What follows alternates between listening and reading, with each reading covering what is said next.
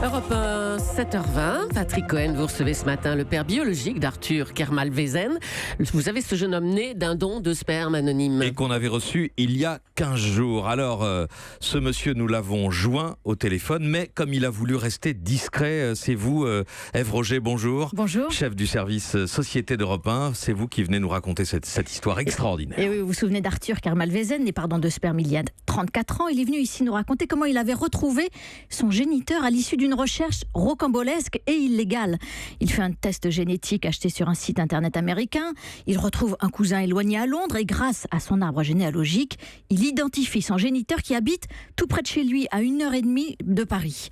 Il lui écrit alors une lettre. L'homme répond par un coup de fil le 25 décembre dernier, jour de Noël. Alors aujourd'hui, Ève Roger, vous avez réussi à joindre cet homme, le père biologique d'Arthur. Et oui, il s'appelle Gérard, il a 74 ans. Il a bien donné son sperme dans les années 70 et c'est confirmé, il est bien le géniteur d'Arthur. Mais pour l'instant, ils ne se sont pas encore rencontrés, juste de longs coups de fil.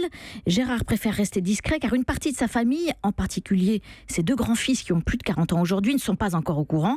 Alors c'est vrai, je l'ai eu au téléphone hier, il était tout seul chez lui, sans témoin, et j'ai pu lui demander ce qu'il avait ressenti quand Arthur a pris contact avec lui. C'était une grande surprise parce que dans ma tête, c'était anonymat total.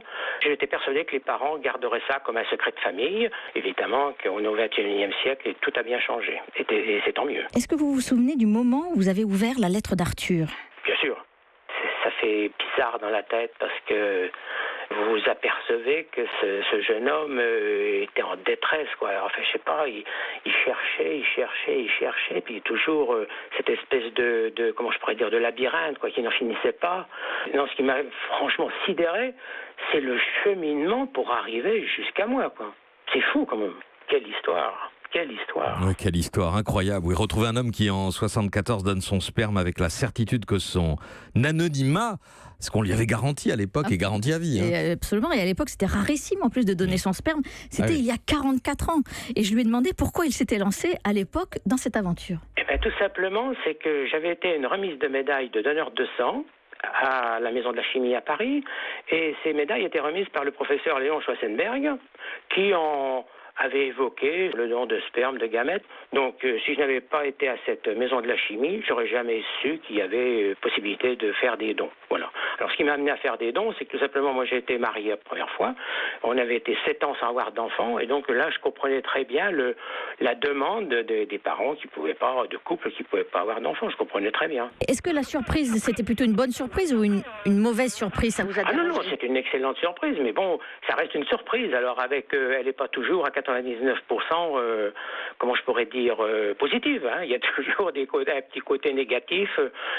Oui, parce qu'il y a de l'appréhension, il y a comment ça va être perçu au sein des familles. Alors, Gérard et Arthur se sont parlé plusieurs fois au téléphone. Est-ce qu'ils ont prévu de se rencontrer maintenant ? Oui, une date est déjà fixée dans le courant du mois de février. Mais c'est un moment délicat. Arthur ne cherche pas un père. Il en a déjà un dont il est très content.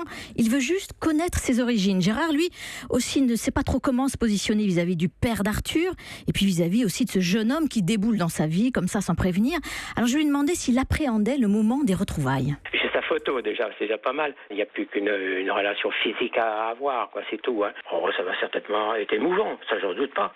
En plus, je suis d'une nature très émotive, alors ça va sûrement pas être marrant, mais bon, c'est comme ça. Pour vous, Gérard, cette histoire, elle a bouleversé votre vie ou pas ? Non, je pense que c'est plutôt un heureux événement, à mon avis, parce que bon, j'arrive en fin de course, il faut quand même pas rêver, on est un petit peu en sursis là. Puis ça permet de, comment je pourrais dire, pas de me rajeunir, mais bon, il faut rester un peu sur le pont. Sur le qui-vive. Voilà. Effectivement, il a intérêt à rester sur le qui-vive, car si le combat d'Arthur aboutit, c'est-à-dire lever l'anonymat des donneurs, il se pourrait que d'autres jeunes gens, 4 ou 5, viennent frapper à sa porte, mais il me l'a dit, il sera très content de les accueillir. Merci beaucoup, Ève Roger, chef du service Société d'Europe 1.